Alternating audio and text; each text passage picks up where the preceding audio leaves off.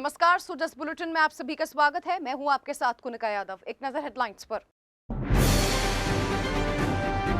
महंगाई राहत कैंप में अब तक 7 करोड़ 13 लाख से ज्यादा गारंटी कार्ड वितरित। 1 करोड़ 63 लाख से ज्यादा परिवारों को मिला लाभ।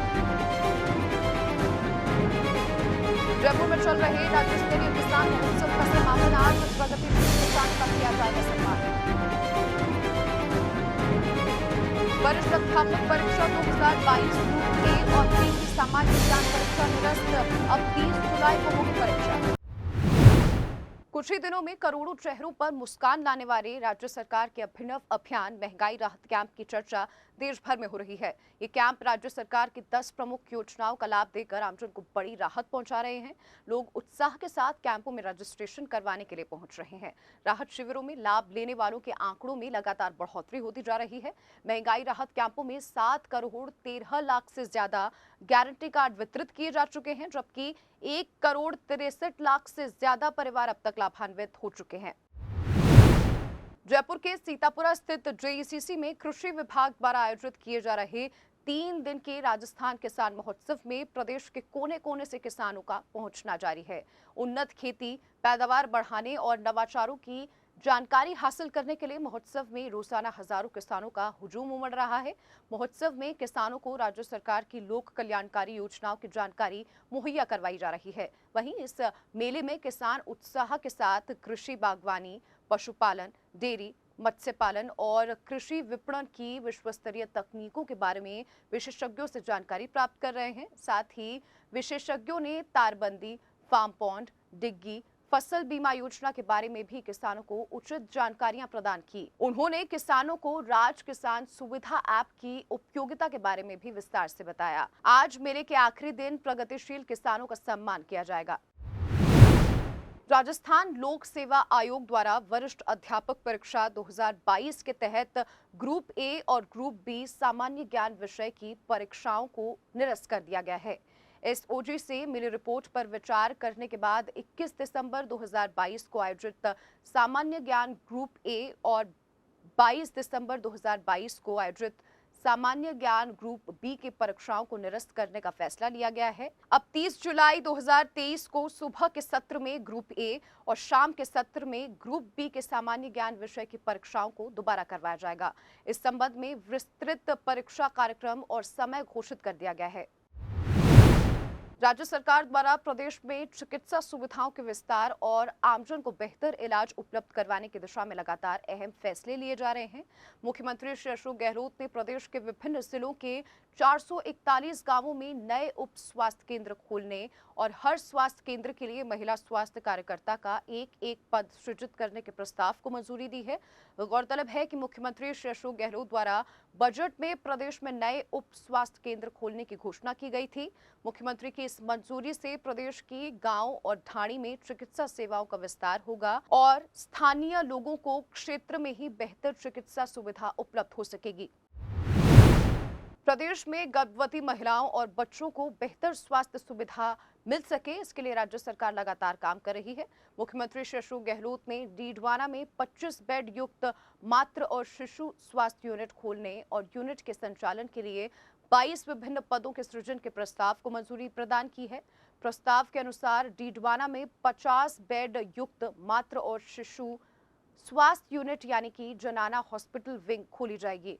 साथ ही यूनिट के संचालन के लिए चिकित्सा अधिकारियों के 8, नर्स ग्रेड प्रथम के 2, नर्स ग्रेड द्वितीय के 10, फार्मासिस्ट और वरिष्ठ सहायक के एक पद सहित कुल 22 पदों का सृजन किया जाएगा। राज्य सरकार प्रदेश के खिलाड़ियों को उच्च स्तरीय खेल सुविधाएं उपलब्ध करवाने और खेलों के विकास के लिए लगातार काम कर रही है। इसी कड़ी में मुख्यमंत्री श्री अशोक गहलोत ने जयपुर स्थित चौगान स्टेडियम के जीर्णोद्धार के लिए 5 करोड़ रुपए से ज्यादा के वित्तीय प्रस्ताव को मंजूरी दी है। प्रस्ताव के अनुसार जयपुर के चौगान स्टेडियम में 5.50 करोड़ रुपए की लागत से जीर्णोद्धार के काम करवाए जाएंगे। ये राशि राज्य सरकार की राज्य निधि योजना में उपलब्ध प्रावधान में से वहन की जाएगी। मुख्यमंत्री श्री अशोक गहलोत मुंबई में 15 से 17 जून तक आयोजित हो रहे 3 दिन के राष्ट्रीय विधायक सम्मेलन में वीसी के जरिए शामिल हुए। इस अवसर पर मुख्यमंत्री ने अपने संबोधन में कहा कि राजनीति सेवा का माध्यम है। राजनीति में आने के बाद जनप्रतिनिधि का धर्म पूरी ईमानदारी, निष्ठा और प्रतिबद्धता के साथ जनता की सेवा करना होना चाहिए। उन्होंने कहा कि राष्ट्रीय विधायक सम्मेलन में पूरे देश के विधायकों का एक साथ संवाद करना लोकतंत्र के लिए शुभ संकेत है। सम्मेलन में विधानसभा और विधान परिषद की 25 साल बाद की जिम्मेदारियों पर चर्चा करना और पार्टी की विचारधारा को छोड़कर एकता और समरसता के लिए समर्पित होना एक अच्छी शुरुआत है। मुझे बहुत प्रसन्नता है कि पहली बार ये आयोजित हो रहा है राष्ट्रीय स्तर पर विधायक सम्मेलन। अच्छी पहल है। मैं तमाम आयोजकों को इसके लिए बहुत बहुत मुबारकबाद पेश करता हूँ। पूरे देश के विधायकों का एक साथ संवाद करना लोकतंत्र के लिए शुभ संकेत है। मुझे खुशी है कि सम्मेलन में विधानसभा विधान परिषदों के 25 वर्ष बाद की जिम्मेदारियों पर चर्चा हो रही है। ये सम्मेलन पार्टी विचारधारा को छोड़कर एकता और समरसता के लिए समर्पित होना भी मैं समझता हूँ कि एक अच्छी शुरुआत है। इस प्लेनरी सेशन का topic tale of the tall leadership मंत्र है जो बहुत ही प्रासंगिक है, नई जनरेशन के लिए एक प्रेरणादायक है। मुख्यमंत्री ने कहा कि राजस्थान में भी स्वास्थ्य का अधिकार कानून बनाकर लागू किया गया है।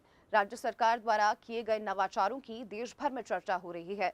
मुख्यमंत्री चिरंजीवी स्वास्थ्य बीमा योजना और इंदिरा गांधी शहरी रोजगार गारंटी योजना जैसी अनूठी पहल की हर तरफ सराहना हो रही है। उन्होंने कहा कि राज्य सरकार करीब 1 करोड़ लोगों को कम से कम 1000 रुपए मासिक सामाजिक सुरक्षा पेंशन दे रही है। मुख्यमंत्री ने कहा कि अब समय आ गया है कि देश भर में समाज के जरूरतमंद और असहाय वर्ग को सामाजिक सुरक्षा की गारंटी दी जाए, जिससे वो अपना जीवन सम्मान पूर्वक जी सकें। इसके लिए केंद्र सरकार को सामाजिक सुरक्षा कानून लागू करना चाहिए। आज हमने एक प्रयास किया राजस्थान में राइट टू हेल्थ। पूरे देश के अंदर एकमात्र राजस्थान राज्य है जिसने राइट टू हेल्थ एक्ट बनाया है। 25 लाख हम लोगों ने इंश्योरेंस दिया है। सारे इलाज फ्री है, प्राइवेट के अंदर ही और पब्लिक के अंदर भी। बहुत बड़ा इम्पैक्ट इसका हुआ राजस्थान के अंदर। ऐसे हमने कई नवाचार किए राजस्थान के अंदर। इंदिरा गांधी के नाम से हमने शहरों में रोजगार नरेगा शुरू किया है। जैसे नरेगा है गाँव के अंदर, ये शुरू किया गया है। मेरा प्रधानमंत्री जी को मैंने पत्र लिखे हैं और मैंने रिक्वेस्ट करी है आप right to social security act लाएं। आज मजदूर काम करता है 55 साल 60 साल के बाद में उसका जो उसकी बॉडी है वो काम नहीं कर सकती है मजदूरी के लिए। ठेले वाला है, गरीब आदमी है, उसको कम से कम जिंदगी में सोशल सिक्योरिटी मिले पक्की, जिससे कि वो आराम से अपने परिवार का भरण पोषण कर सके। राजस्थान में करीब 1 करोड़ लोगों को पेंशन दे रहे हैं, चाहे बुजुर्ग हो, चाहे विधवाएं हैं, एकल नारी है, निःशक्तजन है। उसका बहुत बड़ा इम्पैक्ट है राजस्थान के अंदर। इस प्रकार हमने कई नवाचार किए हैं। हमारे नवाचारों की चर्चा आज पूरे देश में हो रही है। इस बात का मुझे बहुत गर्व है। हम चाहते हैं कि सोशल सिक्योरिटी के माध्यम से एक मैसेज दें गरीबों को भी कि सरकार आपके साथ में खड़ी है। ये मेरा मानना है। मुख्यमंत्री श्री अशोक गहलोत द्वारा प्रदेश के किसानों और पशुपालकों को समृद्ध और खुशहाल बनाने के लिए कई योजनाएं चलाई जा रही हैं, जहां प्रदेश के किसानों को 2000 यूनिट बिजली फ्री सहित कई योजनाओं का लाभ मिल रहा है। वहीं लंपी रोग आर्थिक सहायता वितरण कार्यक्रम के तहत लंपी रोग से मृत दुधारू पशुओं के 41,000 से ज्यादा पशुपालकों के खातों में डीबीटी के जरिए सीधे 175 करोड़ रुपए ट्रांसफर किए गए।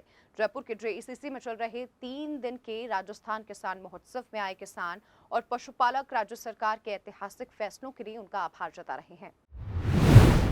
मुख्यमंत्री जी ने बड़ी अच्छी योजना लगाई है, जिसमें कृषि पालकों को, पशुपालकों को, खेती करने वाले किसान को हर को फायदा है। और बिजली की जो 200 यूनिट फ्री करके हमको सबसे ज़्यादा फायदा दिया गया है।